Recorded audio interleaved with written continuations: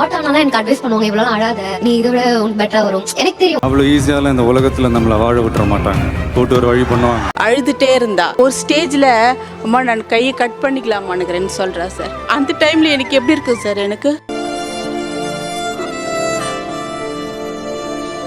எவ்வளவு வருஷம் காதல் இது? Almost 8 years. என்ன சொல்றீங்க 8 years லவ்ங்கறீங்க? ஒரு சின்ன சண்டையில எப்படி அப்படி ஆயிப்போச்சு? அதுதான் சார் எனக்கும் புரியல. 4 வருஷம் லவ். நான் தான் ஹர்ட் பண்ணியிருக்கேன் நிறைய இடத்துல. அவங்க அதை முடிக்கும் போது என்னால் அதை ஏற்றுக்கவே முடியல, இப்போ வரைக்கும் ஏற்றுக்க முடியல. ஒத்துக்கிட மனசு இல்லைனாலும் அதான் நேசம். சாட்டர்டே கேட்டேன், அவங்களுக்கு சண்டே என்கேஜ்மெண்ட். அன்னைக்கு கூட அவர் என்கிட்ட சொல்லலை எனக்கு நாளைக்கு என்கேஜ்மெண்ட்னு.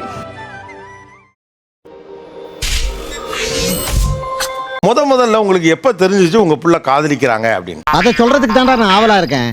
நானும் அதை கேட்கறதுக்கு காத்துக்கிட்டு இருக்கேன் சார். அவங்க நடைமுறையை வச்சு நான் கண்டுபிடிச்சிட்டேன். பேசுறது, அவங்க நடந்துக்கிறது, இதை வச்சு நான் கண்டுபிடிச்சேன். காலம் வராதப்பா.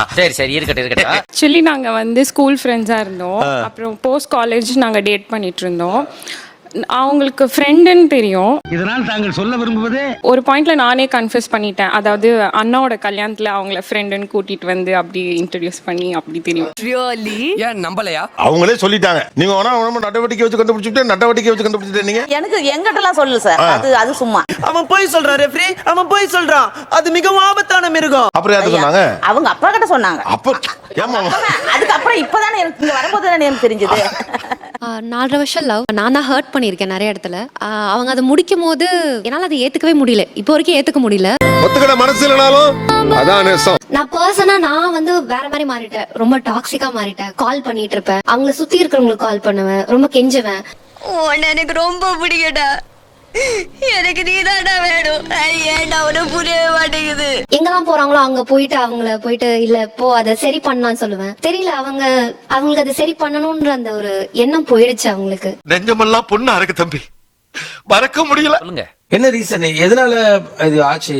பேசிக்கா அவங்க வந்து இல்ல இந்த விஷயம் பண்ணாத, எனக்கு பண்ணா எனக்கு ரொம்ப ஹர்ட் ஆகும்னு சொன்னாங்க. நான் அந்த விஷயம் போய் பண்ணிட்டேன்.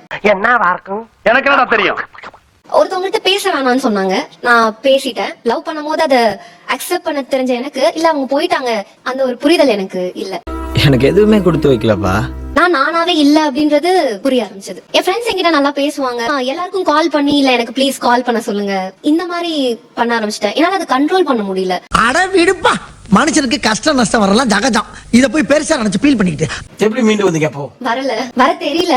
திரும்ப கை கூட ஏதாவது வாய்ப்பு இருக்கா? எனக்கு ரொம்ப ஆசை இருக்கு. வாய்ப்பு இருக்கான்னு கேக்குறேன். வாய்ப்பு இல்ல ராஜா, இல்லன்னு தான் நினைக்கிறேன்.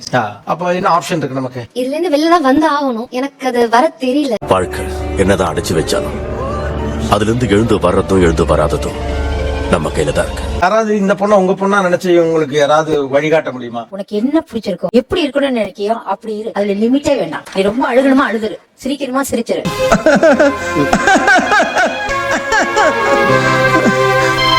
சிரிக்க முடியல நான் புள்ள. அவனை பத்தி நினைக்காத, அதை பத்தி எல்லாம் நினைக்காத. உன்னுடைய விருப்பம் என்ன, உன்னுடைய சந்தோஷம் என்ன, அது இன்னைக்கு. அவ்வளவுதான் வாழ்க்கை. ரொம்ப அருமையா சொன்னீங்க கேப்டன். எப்படி உங்க புள்ள காதலிக்கிறாங்க அப்படின்னு கண்டுபிடிச்சீங்க? தானா சிரிப்பாங்க. கொஞ்சம் பொய் சொல்ல ஆரம்பிச்சேன் சார். கடைக்கு போறேன் அப்படின்னு சொல்லிட்டு வெளியே போவா, அப்பதான் கன்ஃபார்ம் பண்ணேன் சார். பக்கத்துல கொடுங்க. எப்படி கண்டுபிடிச்சீங்க உங்க பொண்ணு லவ் பண்றாங்கன்னு? சார் கண்டெல்லாம் பிடிக்கல, அவளே வந்து சொன்னா. எப்படி சொன்னாதானே தெரியும். ஏடா பாருங்க, கூல் டவுன். இந்த மாதிரி ஒருத்தவங்க வந்து பிடிச்சிருக்குன்னு சொல்றாங்கம்மா அப்படின்னா, சரி அவங்களும் படிக்கிறாங்க, நீயும் படி, ஃபர்ஸ்ட் இப்போதைக்கு வேண்டாம், 2 பேர் படிங்க பாத்துக்கலாம்னு சொல்லிவிட்டேன். இதெல்லாம் எப்படின்னு எல்லாம் தொலைநோக்கு பார்வையோட போகணும்டா. எப்படிமா வீட்டுல போய் சொன்னீங்க அம்மா கிட்ட நேரா போய்? இல்ல சார், ஆல்ரெடி போன்ல பேசி கண்டுபிடிச்சிட்டோம். சரி இல்ல போன்ல பேசிட்டீங்களே, அவங்க அப்பா கிட்டயும் என்கிட்ட அவளா வந்தா சொன்னா. இல்ல சார், கண்டுபிடிச்சிட்டாங்க. நான் அதுக்கப்புறம் ஒரு ஸ்டேஜுக்கு மேல சரி சொல்லிடணும் அப்படின்ட்டு சொல்லிட்டேன் நானு. பட் உங்க நேர்மை எனக்கு ரொம்ப பிடிச்சிருக்கு. பொண்ணு வீட்லயே நேரம் வந்து சொல்லிட்டாங்க சார். பொண்ணு வீட்ல இருந்து? ஆச்சரியமா இருக்குங்கண்ணா. எனக்கு ஆச்சரியம்னா அங்க பொண்ணு மாட்டிக்கிடுச்சு, உங்க பையன் வந்து லவ் பண்றான் அப்படின்னு வந்து டைரக்டா வீட்லயே வந்து பேசிட்டாங்க. பஞ்சாயத்து ஆயி போச்சு. வீட்டுக்கே வந்துட்டாங்க. ஆனா வாழ வேண்டிய பொண்ணு இல்ல, அதான் நேரா வந்துட்டேன்.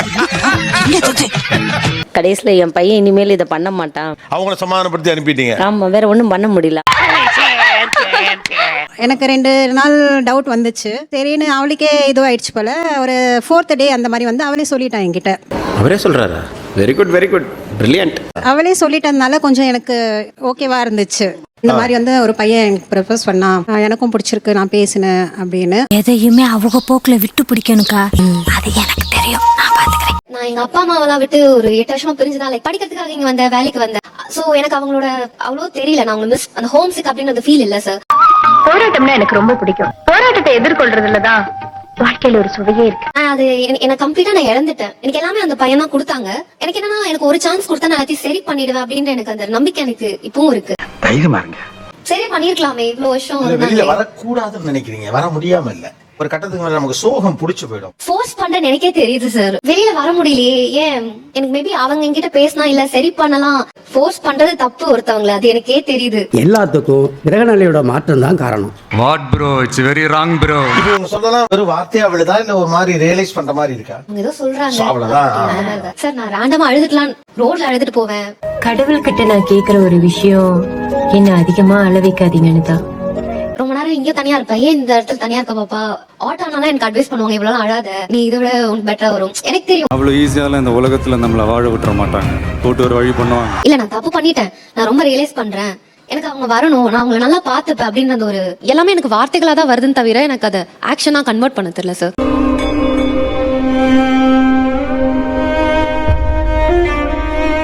யாரும் பேச இல்லன்னு நினைக்கிறியா? இல்லடா, உனக்கு அது ஒரு எண்ணம் இருக்குன்னு நினைக்கிறேன். நீயா எல்லாத்தையும் பண்ணிக்கலாம்னு நினைக்கிறேன். ஒரு கார்டியனா கூட இல்ல, as a friend நான் வரேன், அவரோட பேசுறேன். உங்கள மாதிரி மனுஷன்லாம் இருக்கனாலதான் கொஞ்சமாச்சும் மழை பெய்யுது. ஒரு இடத்துக்கு வெளியில போனாலோ சாப்பிட போனாலோ அவங்க ஞாபகம் தான் வருது. எனக்கு என்னன்னா, சரி பண்ணிருக்கலாமே, சரி பண்ணலாமே, சரி பண்ணா நல்லா இருக்குமே. அது ஒரு 9 மாசத்துக்கு முன்னால நீங்க டாக்ஸிக்கா ஆனேன்னு சொன்னீங்களா, அதுக்கெல்லாம் முன்னால உங்க முகம் எப்படி இருந்துச்சுன்னு உங்களுக்கு ஞாபகம் இருக்கா? சிரிச்சுக்கிட்டு சந்தோஷமா.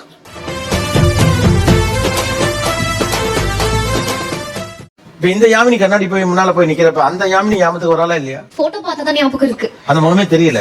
என் வாழ்க்கை பாத்தீங்களா ஒரு பெரிய ஜோக் ஆயிடுச்சு. இப்ப நீங்க சொல்றது யாமினி சொல்ற இந்த கேரக்டர் பெரும்பாலும் யாரா இருப்பாங்கன்னா, ஊர்ல ஒரு பொண்ணை கல்யாணம் பண்ணி கொடுப்பாங்க, கிராமத்துல சாதாரண வீட்டு பிள்ளையார். அந்த பொண்ணு உலகமே புருஷன் தான் நினைச்சு வாழ். அன்பார்ச்சுனேட்லி ஏதோ ஒண்ணு அவருக்கு ஆகி போகலாம், எதிர்பாராத விதமா இங்க செத்து போயிருவாங்க. இதெல்லாம் நடக்கும். வாயில வசம்ப வச்சு தேய்க்க, வாய்க்கால தண்ணி வந்து வாயை கூப்பிடுடா. அந்த பொண்ணு அதுக்கப்புறம் என்ன பண்ணுவான்னு நினைக்கிறீங்க நீங்க? சில பேர் இல்லன்றதை அக்செப்ட் பண்ணிப்பாங்க. ஒரு 3 மாசம் அழுது தீத்துட்டு முடிய தூக்கி ஒரு கொண்டையை போட்டுட்டு வேலையை அடுத்த பார்க்க ஆரம்பிச்சிருவாங்க.